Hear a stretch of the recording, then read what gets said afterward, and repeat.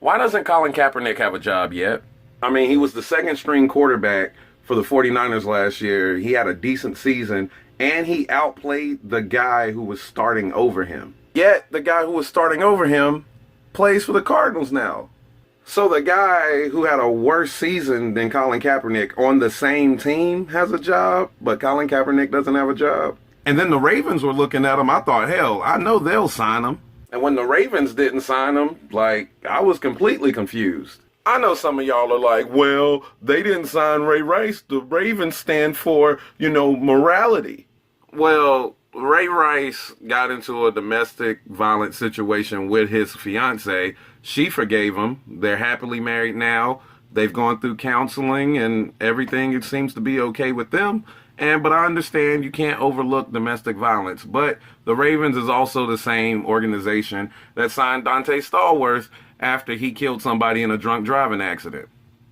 So let's look at what exactly Colin Kaepernick did. Colin Kaepernick took a knee during the national anthem because he felt like the country wasn't quite equal for people of color. Now he's been blackballed from the entire NFL, and I find that interesting because what does him taking a stance on a social issue have to do with football?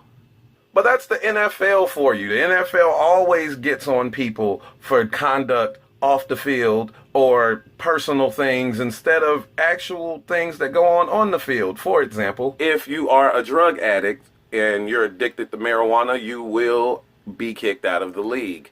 If you get into a domestic dispute with your wife that's physical, you will be kicked out of the league. Now, I'm not excusing these things and saying that these things are positive. What I'm saying is these are things that happen in people's homes, and this is things that people deal with, and the NFL will kick you out of the league, even though it has nothing to do with the game itself. But on the other hand, if you ruin the integrity of the game on the field, it doesn't have the same repercussions.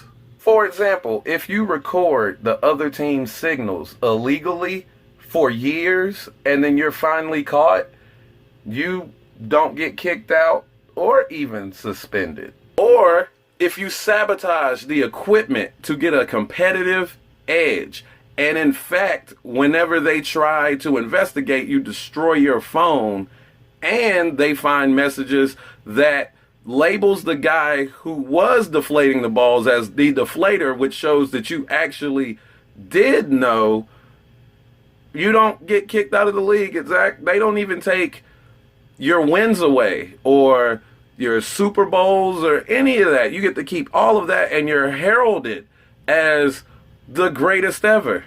And Colin Kaepernick didn't commit a crime. He didn't use performance enhancers. He didn't, do anything to compromise the integrity of the game on the field.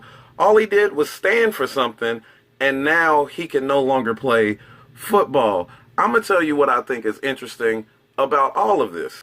Today marks the 52nd anniversary that people of color have been able to vote, and it became illegal to use prejudice to stop them from voting.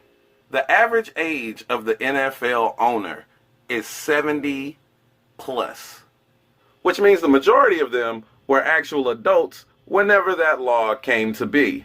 So maybe their issue isn't even with Colin Kaepernick. Maybe just silencing the voice of people of color is just second nature. Used to it.